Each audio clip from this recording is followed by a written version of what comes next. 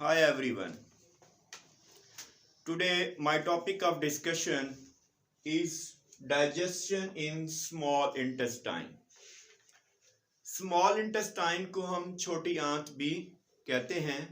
ये हमारे digestive system का एक निहायत ही इम्पोर्टेंट पार्ट है। अगर हम डाइजेस्टिव ट्रैक की बात करें तो ये हमारे डाइजेस्टिव ट्रैक का सबसे लार्जेस्ट पार्ट जो है वो कंसीडर किया जाता है। स्मॉल इंटेस्टाइन को हम 3 पार्ट्स में डिवाइड करते हैं। Number 1 is duodenum, the second is jejunum and the third one is ileum. Duodenum is about 20 to 25 centimetre long.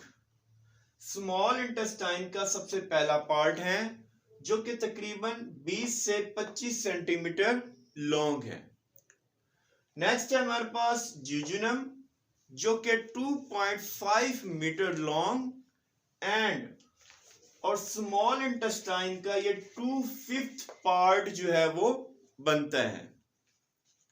Third part है हमारे पास स्मॉल इंटेस्टाइन का, वो है इलियम। इलियम जो है 3 मीटर लॉन्ग है और ये 3/5 part of the small intestine बनता है। अब क्या होता है कि स्टमक से जब फूड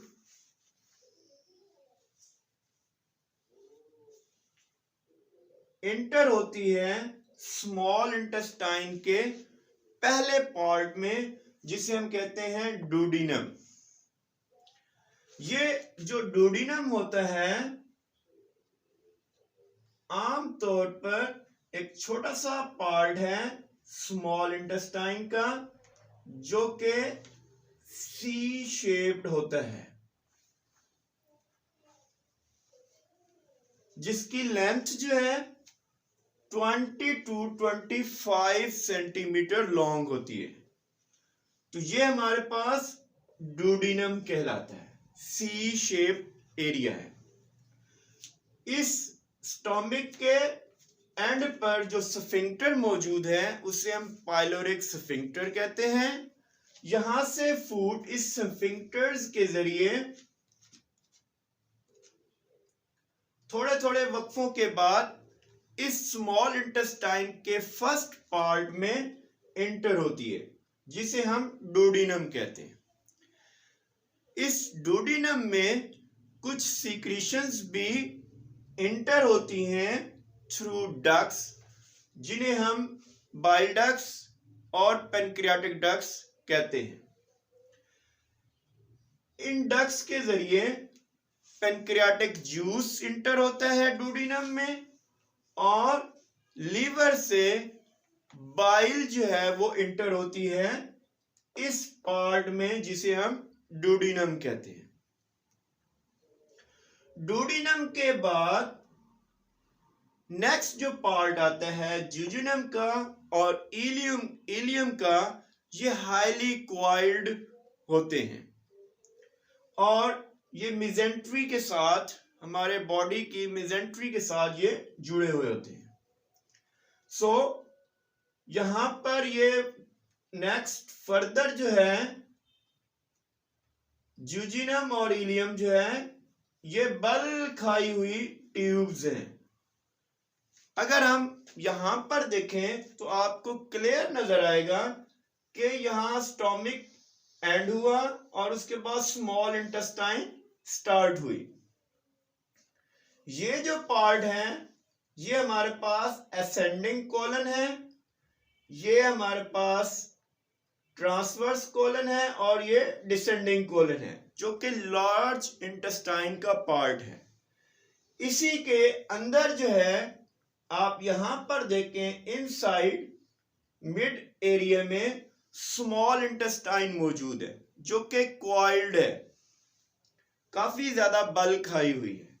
इसी में हमारे पास क्या है 2.5 मीटर जेजुनम है और 3 मीटर जो है वो इलियम है। डाइजेशन का ज्यादातर हिस्सा जो है वो ज्यूजिनम और इलियम जो है किरदार अदा करता है। ड्यूडिनम में डाइजेशन जो है होती जरूर है, लेकिन ज्यादातर मोस्टली जो है डाइजेशन भी और अब्जॉर्प्शन भी वो हमारे पास ड्यूजिनम में और अब्जॉर्प्शन जो है वो इलियम में होती है। ड्यूडिनम में हमारे पास विलाई की तादाद थोड़ी होती है, ज्यादा प्रोमिनेंट नहीं होती, जबकि ज्यूजिनम में और इलियम में खास तौर पर विलाई की तादाद ज्यादा होती है। अब ये विलाई क्या है? हम इस इंटेस्टाइन को जब इसका हम ट्रांसफर सेक्शन लेते हैं तो उसके दौरान हम देखते हैं कि ये इंटेस्टाइन जो है वो 4 लेयर्स पर मुश्तमिल है। Outer one layer is called serosa, जो येलो कलर में आपको शो हो रही है, and the second one is muscularis, third one is sub mucosa, and the last innermost layer is mucosa. So this is the outermost layer, serosa.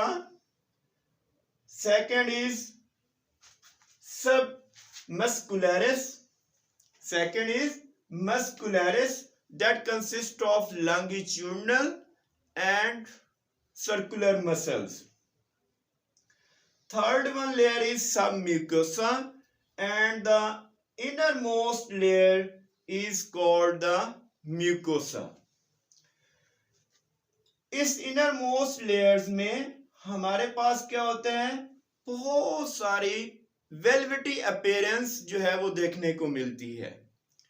ये velvety appearance क्यों बनती है या क्यों नजर आती है? Due two finger like projections.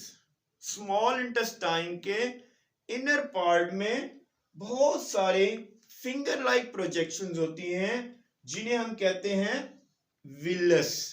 एक है तो विलस, अगर हम उसको काफी ज्यादा तादाद में हैं तो वो हमारे पास विलाई कहलाएंगे।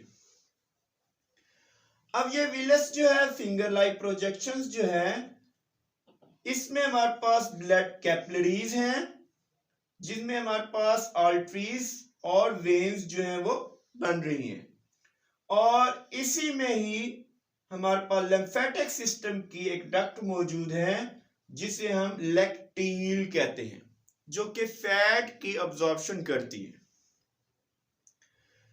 अगर हम इस विलस को देखें फर्दर तो ये बहुत सारे न्यूमरस स्मॉल स्ट्रक्चर्स पर मुश्तमिल है जिसे हम कहेंगे माइक्रोविलाई। ये सेल्स हैं जो कि माइक्रोविलाई एपिथेलियल सेल्स हैं, ये जो कि माइक्रोविलाई बनाते हैं। यानी अगर हम देखें फिंगर लाइक प्रोजेक्शंस में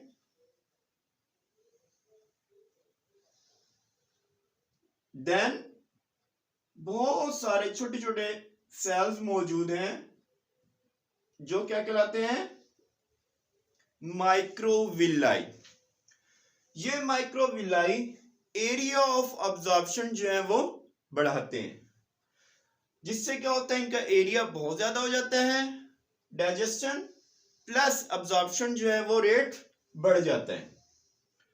नेक्स्ट है हमारे पास ग्लैंड्स। मैंने आपको बताया कि पेनक्रियाज ग्लैंड जो है वो मौजूद है जिससे पेनक्रियाटिक जूस, जो कि मुश्तमिल होता है बहुत सारे एंजाइम पर, जिनमें हमारे पास लाइपेज, अमाइलेज, ये एंजाइम मौजूद होते हैं जो प्रोटीन, स्टार्च और लिपिड को डाइजेस्ट करते हैं, वो इस ड्यूडिनम के हिस्से में शामिल होते हैं।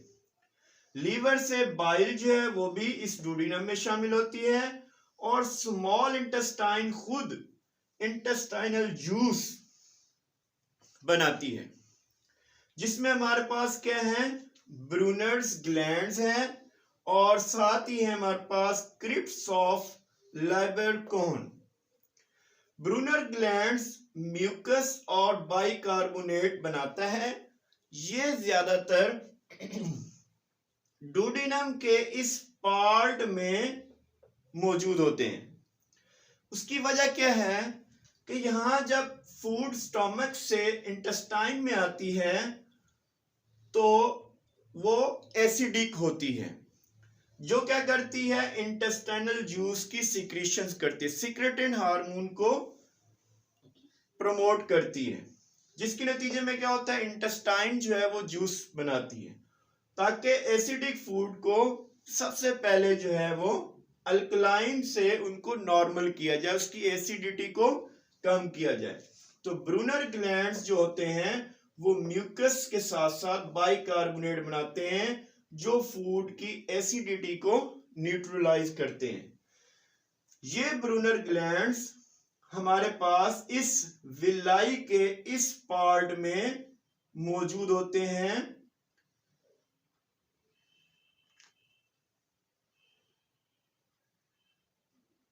म्यूकोसा और सब म्यूकोसा रीजन में ये हमारे पास ग्लैंड्स पाए जाते हैं। जो ब्रूनर ग्लैंड्स होते हैं सब म्यूकोसा में होते हैं और ये एक डक्ट के जरिए, अपर्चर के जरिए इस विलाई में ओपन होते हैं। इनका काम क्या होता है, इन ब्रूनर ग्लैंड्स जो कि सब म्यूकोसा में थे, म्यूकस बनाना और साथ साथ बाइकार्बोनेट को बनाना। बाकी जो होते हैं हमारे पास all over the villus crypts of Lieberkuhn's जो हैं वो मौजूद होते हैं, जिन्हें हम सिंपली क्रिप्ट्स भी कहते हैं। ये जो होते हैं हमारे पास इस तरह से इस विलाई में एक अपर्चर के जरिए ओपन होते हैं। ये ग्लैंड्स यहां अपनी सीक्रेशंस जो हैं वो बनाते हैं। क्रिप्ट्स ऑफ लेबरकोन गॉबलेट सेल्स पर मुश्तमिल होते हैं जो कि म्यूकस बनाते हैं। पैनिक सेल्स पर मुश्तमिल होते हैं जो कि बैक्टीरिया को खत्म करने के लिए लाइसोजाइम एंजाइम बनाते हैं। नेक्स्ट है हमारे पास एंडोक्राइन ग्लैंड्स हैं जो कि हार्मोन बनाते हैं, और बेसल सेल्स हैं जो कि इनकी सेल्स को नए सेल्स बनाते रहते हैं। ये इंटेस्टाइनल जूस जो है ये खुराक की डाइजेशन में और अब्जॉर्प्शन में हेल्प करते हैं। अब खुराक में मौजूद जो ग्लूकोज होते हैं या छोटे मॉलिक्यूल्स होते हैं वो यहां ब्लड कैपिलरीज के जरिए, डिफ्यूजन के जरिए या फिर एक्टिव ट्रांसपोर्ट के जरिए जज्ब हो जाते हैं और ब्लड में शामिल हो जाते हैं। जो डाइजेस्टेड पार्टिकल्स होते हैं वो जज्ब हो जाते हैं इन विलाई में मौजूद ब्लड कैपिलरीज से, जबकि फैट मॉलिक्यूल्स जो होते हैं, फैटी एसिड और ग्लिसरॉल्स, वो ज्यादातर बड़े मॉलिक्यूल होने की वजह से वो इन ब्लड कैपिलरीज में जज्ब नहीं होते, यानी अब्जॉर्ब नहीं होते। उनके लिए क्या होता है कि यहां हमारे पास एक डक्ट मौजूद है जिसे हम लैक्टील कहते हैं। इन विलाई में एक डक्ट होती है लिम्फेटिक सिस्टम की जिसे हम लैक्टील कहते हैं। इस लैक्टील के जरिए फैट मॉलिक्यूल्स जो होते हैं लिम्फेटिक नालियों में आते हैं और फिर बड़ी ब्लड वेसल्स में जाकर इन फैट मॉलिक्यूल्स को वहां ब्लड में शामिल कर दिया जाता है, या फिर ये फैट मॉलिक्यूल जो है बॉडी में एनर्जी का सोर्स पैदा करते हैं या फिर हमारे बॉडी में स्टोर हो जाते हैं। तो ये हमारे पास लेक्चर था जो कि about the digestion in small intestine के हवाले से था। उम्मीद है आपको पसंद आया। Thank you very much.